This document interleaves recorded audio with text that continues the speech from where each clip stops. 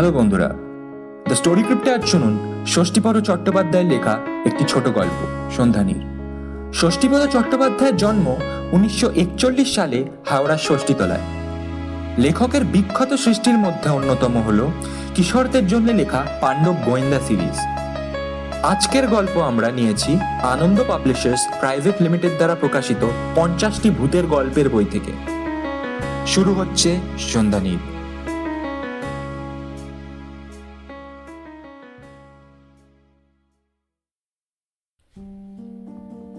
আমার বন্ধু শিশিরের ওই এক রোগ, যখন তখন যার তার সঙ্গে পায়ে পা তুলে ঝগড়া বাঁধিয়ে বসে। সেই জন্য ওকে নিয়ে পথে ঘাটে বেরোতেই আমার ভয় লাগে।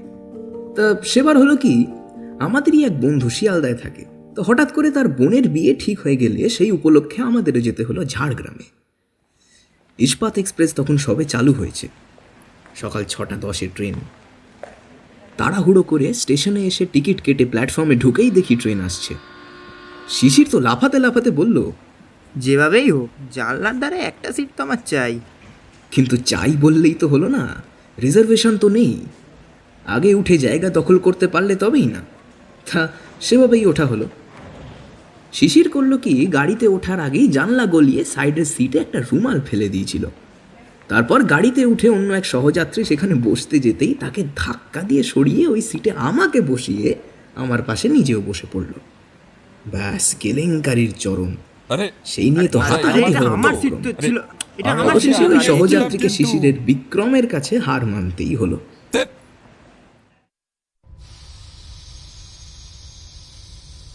ট্রেন ছাড়লো যথাসময়।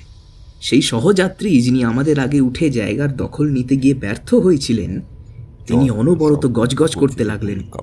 অন্যান্য সহযাত্রীরাও বললেন, না না, এভাবে রুমাল পেতে তো আর সিট রাখা যায় না। না, কেন যায় না মশাই? সবাই রাখে। কজনকে দেখতে চান? কাউকেই দেখতে চাই না, কিন্তু ওটা তো আর নিয়ম নয় না। আরে রাখুন তো মশাই নিয়ম। বেশি নিয়ম কানুন দেখালে পরপর লাইন দিয়ে ট্রেনে উঠতে হয়। এই ভদ্রলোক তো আমাকে ঠেলে সরিয়ে আমার আগে উঠলেন, তখন কোথায় ছিলেন আপনারা? অবশেষে আমি বিবাদের অবসান ঘটাতে জানলার ধার থেকে সরে এসে ভদ্রলোককে বললাম, নিন দাদা, আপনি বসুন, আমার জানলার ধারে না বসলেও চলবে। শান্তি। ভদ্রলোক অন্য সিট থেকে সরে এসে গুছিয়ে বসলেন জানলার ধারে। কিন্তু ততক্ষণে তো শিশির আমার ওপর রেগে আগুন তেলে বেগুন। এটা কি করলি তুই? যে জায়গার জন্য এত ঝগড়াঝাটি করলাম, তুই কিনা বদান্যতা দেখিয়ে সেই জায়গাটা ওকেই ছেড়ে দিলি। এতে আমার কতটা অপমান হলো একবার ভেবে দেখলি না? আরে মান অপমানের কি আছে এতে? হ্যাঁ, সবাই যখন অপছন্দ করছেন তখন দিলামই না হয় সিটটা ছেড়ে। বাহ বন্ধু, বেশ বেশ। এই বলে শিশির রাগে ফুলতে লাগলো। তারপর খড়গপুর এলে আমাকে বসিয়ে রেখে প্ল্যাটফর্মে নেমে ভালো চা এক ভাঁড় আমার দিকে এগিয়ে দিয়ে বলল, আমার টিকিটটা আমাকে দে তো। কেন রে, কি করবি? আরে এখনই ছেড়ে দেবে ট্রেন, উঠে আয়। যা বলছি তাই কর, তাড়াতাড়ি দে। অগত্যা একটা টিকিট ওর হাতে দিলাম। নড়ে উঠল ট্রেন। তুই যা, আমি যাচ্ছি না। আমার মুড খারাপ হয়ে গেছে, আমি বাড়ি যাচ্ছি। মুডটা আমারও খারাপ হয়ে গেল। এমন যে হবে তা কেই বা জানতো।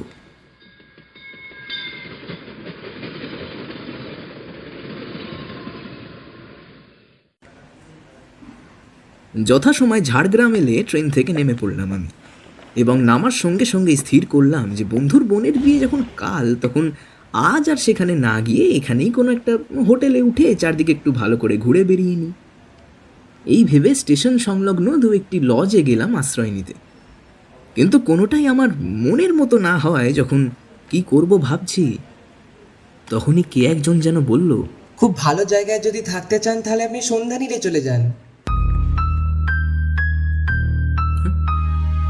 সন্ধানীরটা কোথায়? ঝাড়গ্রামের শেষ প্রান্তে, মনোরম পরিবেশ, ওর যে ভালো জায়গার হয় না। তার কথা মতো অনেকটা পথ হেঁটে চমৎকার একটি নবনির্মিত বাড়ির সামনে এসে দাঁড়ালাম। এই তবে সন্ধানীর। গেট পেরিয়ে ভিতরে ঢুকতেই দেখলাম এক প্রবীণ ভদ্রলোক খাতা পেন নিয়ে বসে আছেন। আমি যেতেই অভ্যর্থনা করলেন, আসুন আসুন, কি ঘর নেবেন? হ্যাঁ, একটা সিঙ্গেল রুম একটা চাই। আপনার নাম ঠিকানাটা এইখানে লিখে দিন আর 50 টাকা জমা করুন। দিন। আমি তাই করলাম। অমনি এক রূপবতী বিবাহিতা তরুণী এক মুখ হাসি নিয়ে এক পরিচিত জনের মতো এসে বলল। আসুন। আমি তাকেই অনুসরণ করলাম। বাড়ির পিছনে বাগানের দিকে একা থাকার মতো ছোট্ট একটা ঘর দেখিয়ে সে তরুণী বলল, এই ঘরটি পছন্দ আপনার? সত্যি কথা বলতে কি, এইখানকার পরিবেশটাই আমার পছন্দ। তার উপর একার জন্য এমন একটি ঘর তো দারুণ লোভনীয়। তা আমি বললাম, হ্যাঁ, এই ঘরেই আমার পছন্দ। বলে ঘরে ঢুকেই বললাম, কি সুন্দর গন্ধ, একটু কিসের গন্ধ বলুন তো? এই গন্ধ হাসনুহানার, সারা রাত আমোদে ভরিয়ে দেবে আপনাকে। তা কদিন থাকবেন? ঠিক নেই, এখানকার মানে পরিবেশ দেখেই আমি এমনই মুগ্ধ যে এই জায়গা ছেড়ে আর কোথাও যেতে ইচ্ছা করছে না, বুঝলেন? বেশ তো, থাকুন না এখানে কদিন, পরে সময় পেলে মাঝে মধ্যে চলে আসবেন। তা এই ঘরের ভাড়া কত? বেশি নয়, 25 টাকা। 20 টাকারও ঘর আছে। সে থাকুক, এই ঘরই আমার পছন্দ। থ্যাঙ্কস। অ্যাটাচড বাথ নয়, কমন। তা হোক, এই লজে গেস্টও কেউ নেই, কাজেই কোনো অসুবিধা হবে না। ঘর থেকে বেরোলেই বাথরুম, পাশেই বাগানে নানা রকমের গাছগাছালির শোভা, ফুল গাছও রয়েছে অনেক। আমি বাথরুমে গিয়ে মুখ হাত ধুয়ে ফ্রেশ হয়ে আসতেই সেই তরুণী আবার এক কাপ চা আর 2টো বিস্কুট নিয়ে ঘরে ঢুকলো। এই সময় চায়ের একটু সত্যি প্রয়োজন ছিল আমার। ভাবছিলাম বাইরে কোথাও খেয়ে আসবো কিনা, তার জায়গায় মেঘনা চাইতেই জল।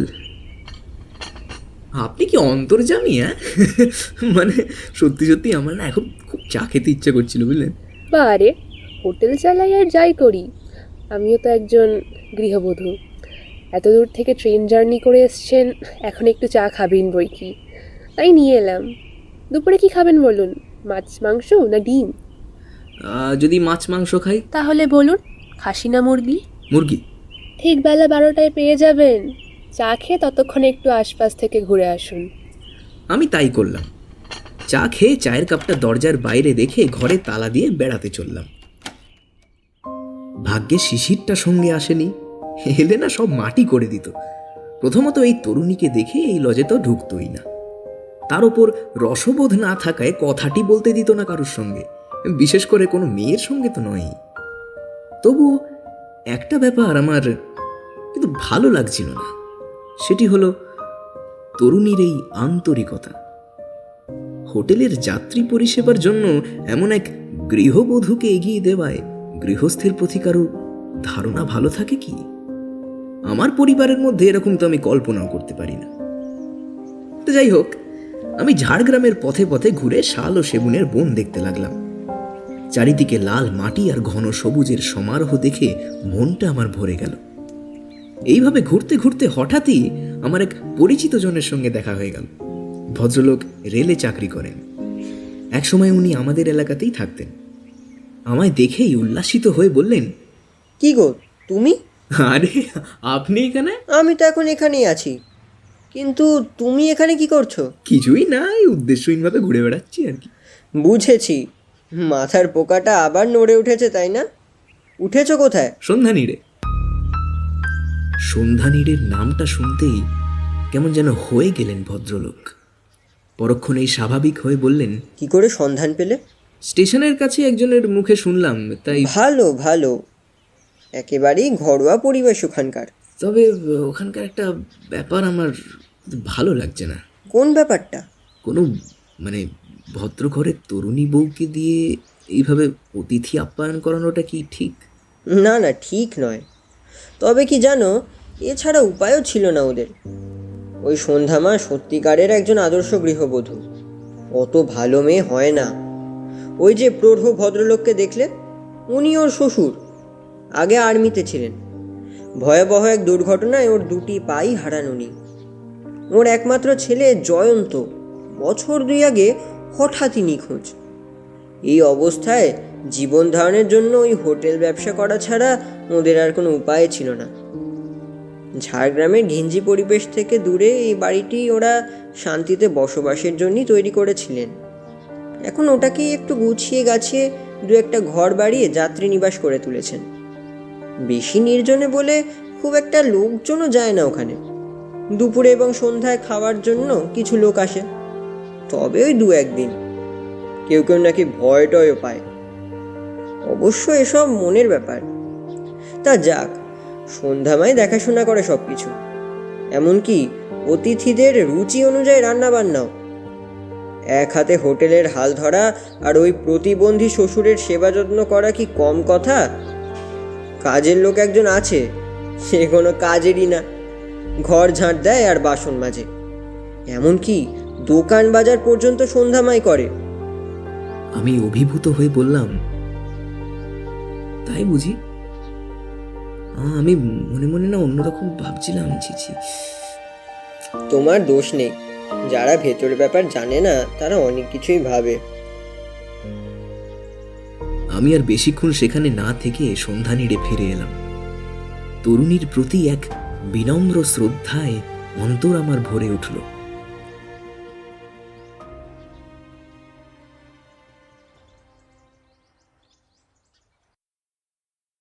দুপুরে স্নানের পর তরুণী এসে মাংস ভাত দিয়ে গেল, সেই সঙ্গে আলু ভাজা, পাঁপড় আর চাটনি, একেবারে বাড়ির মতো রান্না। খেয়ে দারুণ তৃপ্ত হলাম। এরপর একটু বিশ্রাম নিয়ে বিকেলে গেলাম রাজবাড়ি দেখতে। তারপর সন্ধে উত্তীর্ণ হতেই আবার ফিরে এলাম। আমার ফিরে আসায় যেন হাঁপ ছেড়ে বাঁচল তরুণী। কি অত পথে পথে ঘুরছেন বলুন তো সেই থেকে? একে বন জঙ্গলের দেশ, তাই নির্জন জায়গা। হঠাৎ করে কোনো ভাল্লুক টাল্লুক বেরিয়ে পড়লে সর্বনাশ হয়ে যাবে যে। বন্য জন্তুর কথাটা অবশ্য আমার মনে হয়নি একবারও। আচ্ছা, যাই হোক, এবার সাবধান হয়ে যাব। একটু আগে একজন যাত্রী এসেছিল, দূর করে দিয়েছি তাকে। সে কি, কেন? মনে হলো ড্রিঙ্কস করে এসছেন ভদ্রলোক, মুখ থেকে গন্ধ ছাড়ছিল। আমার এখানে ওইসব হবে না। ও না, তা বেশ করেছেন। দুষ্টু গরুর চেয়ে শূন্য গোপাল ভালো, বুঝলেন তো?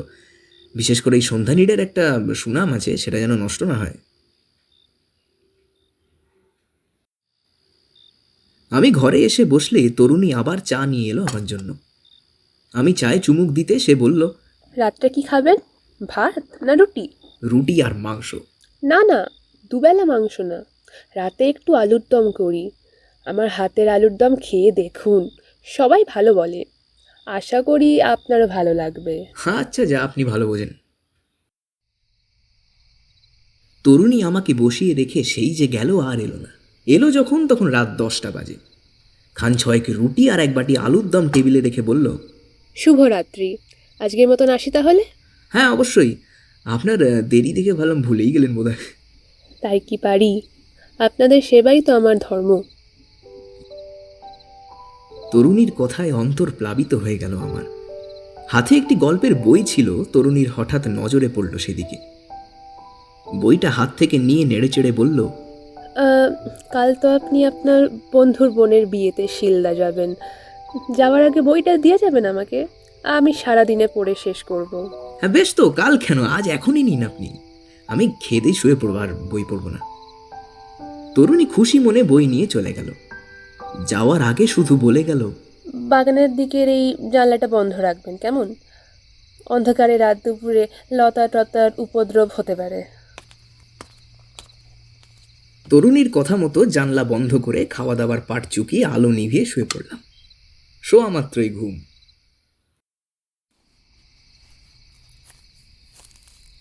সেই ঘুম ভাঙল মাঝরাতে হঠাৎ একটা খসখস শব্দ শুনে। মনে হলো পাশের বাগানে কে যেন পায়চারি করছে। কে?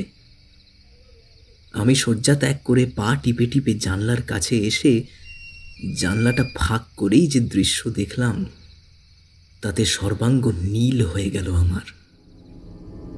দেখলাম বাগানের পাঁচিলের পাশে যে পেয়ারা গাছটা আছে, তারই ডালে গলায় দড়ি দিয়ে ঝুলছে সন্ধ্যানীড়ের সন্ধ্যা প্রদীপ। সেই তরুণী, চোখে মুখে কোনো বিকৃতি নেই, হাসি খুশি মিষ্টি মুখে স্থির চোখে অপলকে চেয়ে আছে আমার জানলার দিকে। সেই দৃশ্য দেখে শিউরে উঠেছিলাম আমি। এইটুকু সময়ের মধ্যে কি এমন হলো যে আত্মহননের পথ বেছে নিতে হলো তরুণীকে? হঠাৎ সশব্দে আপনা থেকেই বন্ধ হয়ে গেল জানলাটা। এমনভাবে বন্ধ হলো যে চেষ্টা করেও সেই জানলা আমি আর খুলতে পারলাম না। ভয়ে ভয়ে আবার এসে শয্যা গ্রহণ করলাম। সারা রাত জেগেই কাটাতে হলো এরপর।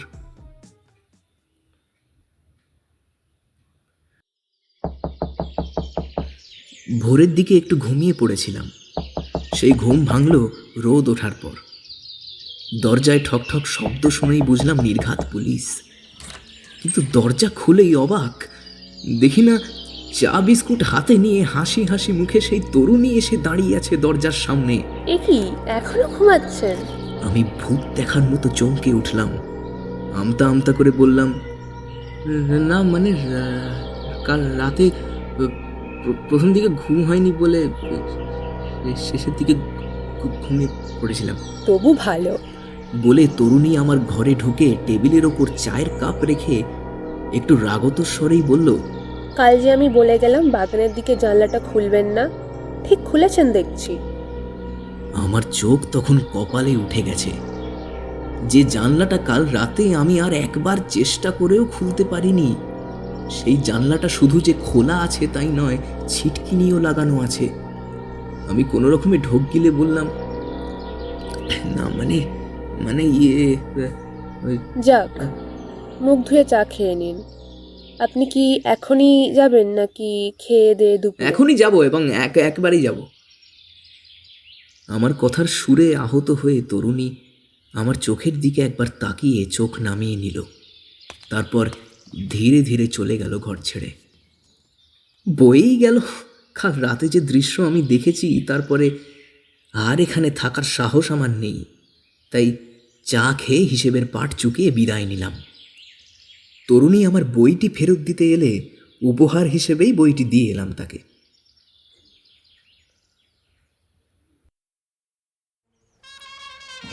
শিয়ালদায় আমার যে বন্ধু থাকে তার নাম অমল। আমি যাওয়ায় অমল তো দারুণ খুশি। আনন্দের আবেগে আমাকে বুকের মধ্যে জড়িয়ে ধরল।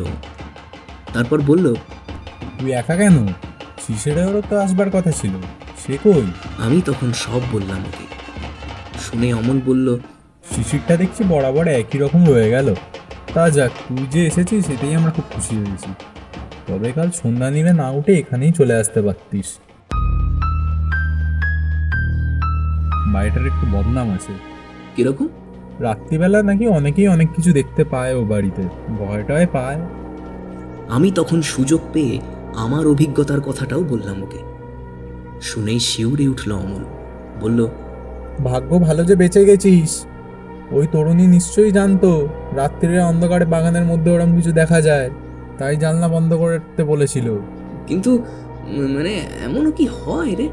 হয় কি না জানি না, শুনতে পাই অনেক কিছু। তবে যখন দেখেছিস তখন আর অবিশ্বাস করি কি করে বল? এই প্রথম একজন প্রত্যক্ষদর্শীর মুখে শুনলাম।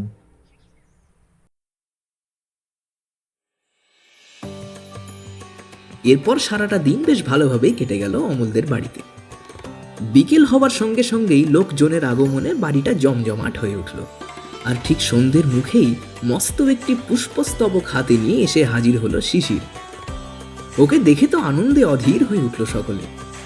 আমি কিন্তু শিশিরের চোখে মুখের দিকে তাকিয়ে লক্ষণ ভালো বুঝলাম না। আমার দিকে একবার তাকিয়ে দেখলো বটে, কিন্তু একটি কথাও বলল না। রাত্রে খেতে বসলাম দুজনে। ফার্স্ট ব্যাচেই বসলাম। গোঁজ হয়ে বসে খুব দ্রুততার সঙ্গে যা খাওয়ার গপাগপ করে খেয়ে নিল। নিজের থেকে কিছু চাইলেও না, কিন্তু যা দেওয়া হলো তা পাতে রইল না। খেয়ে দিয়ে উঠেই অমলকে বলল, আমি চলি রে। সে কি, একটা রাতও থাকবি না? কোনো কাজের বাড়িতে রাত কাটানো আমার পোষায় না। আর কেউ যদি যেতে চায় তো আমার সঙ্গে যেতে পারে। কথাটা যে আমাকে উদ্দেশ্য করেই বলল তা বুঝতেই পারলাম। অমল আমাকে ইশারা করলো ওর সঙ্গে যেতে। তারপর বলল, এখন গেলেও লাস্ট বাসটা পেয়েই যাবি হয়তো, কিন্তু রাত কাটাবি কোথায়? ঝাড়গ্রামের সন্ধ্যানীড়ে একটা ঘর আমি বুক করে এসেছি, সেখানেই উঠব। সন্ধ্যানীড়ের নাম শুনেই চমকে উঠলাম আমরা। আমার তো বুকের ভেতরটা কেমন ছ্যাত করে উঠল। অমল তখন আমার ব্যাপারটা সব খুলে বলল শিশিরকে। শুনেই তেলে বেগুনে জ্বলে উঠল শিশির। বলল, সেই জন্যই তো আরও বেশি করে যাব ওখানে। এই সমস্ত বুজরুকি আমি বিশ্বাস করি না। কিছু লোকের স্বভাবই হচ্ছে অযথা গুজব সৃষ্টি করা। আজ রাতে আমি স্বচক্ষে দেখব ওখানে কি হয়। অতএব অনিচ্ছা সত্ত্বেও শিশিরের সঙ্গে যেতে হলো আমাকে।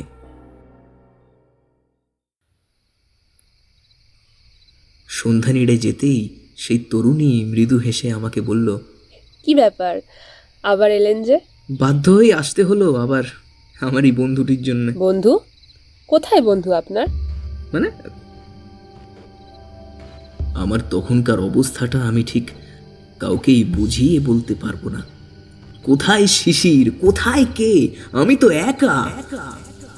আমার শরীরের মধ্য দিয়ে যেন একটা হিম স্রোত বয়ে গেল।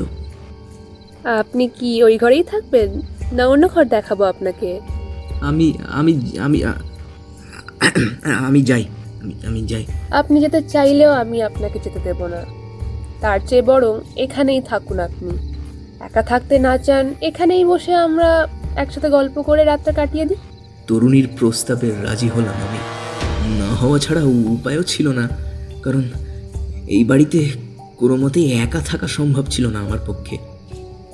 দুজনে মুখোমুখি বসলে তরুণী বলল, আচ্ছা বলুন তো, আজ সকালে হঠাৎ আপনি মতের পরিবর্তন করে চলে গেলেন কেন? কালের রাতে আপনি কি কোনো কারণে ভয় টয় পেয়েছিলেন? আমি তখন রাতের ঘটনার কথা বললাম তরুণীকে। সব শুনে তরুণীর চোখ দুটি সজল হয়ে উঠল। আমাদের এই সন্ধানীরে আপনি শেষ অতিথি। খুব শিগগির আমরা এখানকার পাট তুলে দিয়ে মধুপুর চলে যাব। হ্যাঁ, কেন? এইভাবে কি হোটেল ব্যবসা করা যায়? আপনি বলুন তো, এই সন্ধানীরে আর একবার ফিরে আসতে আপনার কি ইচ্ছা করবে? তা অবশ্য ঠিক। কাল রাতে যাকে আপনি দেখেছিলেন সে আর কেউ নয়, আমার বোন। সামান্য একটা ব্যাপারে অভিমান করে ওই পেয়ারা গাছের ডালে গলায় দড়ি দিয়েছিল সে। তারপরেই অত্যন্ত রহস্যময়ভাবেই আমার স্বামী নিখোঁজ হয়ে যান। এদিকে এখানকার ব্যাপার স্যাপার লোক মুখে চাউর হয়ে যাওয়ায় কেউ এখানে আসে না বড় একটা। তবুও মাঝে মধ্যে আপনার মতন কেউ হঠাৎ করে এখানে এসে পড়লে দারুণ চমকে উঠি। কেননা তারা সবাই বলে স্টেশন এলাকা থেকে কেউ নাকি তাদের এখানে আসতে বলেছে, অথচ ওখানে আমার কোনো লোকই নেই। তা না হয় হলো, কিন্তু আমার সঙ্গে যে বন্ধুটি এলো সে হঠাৎ উধাও হয়ে গেল কি করে? মানে ঠিক যেন হাওয়ায় মিলিয়ে গেল। আপনার সঙ্গে কোনো বন্ধুই আসেননি। সে তো বুঝতেই পারছি, কিন্তু সারাটা পথ যে এসে মানে একসঙ্গেই তো এলাম আমরা। এবং এখান থেকে বিদায় নিলে ওই বন্ধুই আবার আপনার সঙ্গ নিতেন। সেই জন্য আপনাকে আমি আর যেতে দিলাম না। তাহলে কি বলতে চান যে আমার বন্ধু মানে মানে ওর কিছু হয়ে গেছে? কি করে বলবো বলুন? আপনিও যেখানে, আমিও তো সেখানেই।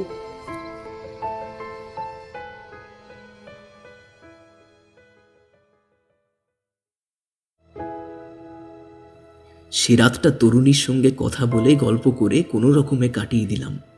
পরদিন সকালে ট্রেনেই ফিরে এলাম বাড়িতে। এসেই এক মর্মান্তিক সংবাদ পেলাম যে আমাদের পাশের বাড়ির নরেশবাবু হঠাৎ স্ট্রোক হয়ে মারা গেছেন। তবে কিনা অধিকাংশ ভূতের গল্পে যা হয়, এক্ষেত্রে তা হয়নি। শিশিরের আত্মা শিশিরের মধ্যেই আছে, অর্থাৎ সব জ্ঞানে এবং সুস্থ শরীরেই আছে সে। ওই দিনের ঘটনার জন্য সে নিজেই অনুতপ্ত। কিন্তু এখন প্রশ্ন হলো, শিশিরের মতো চেহারা নিয়ে যে আমাকে দেখা দিল সে তাহলে কে?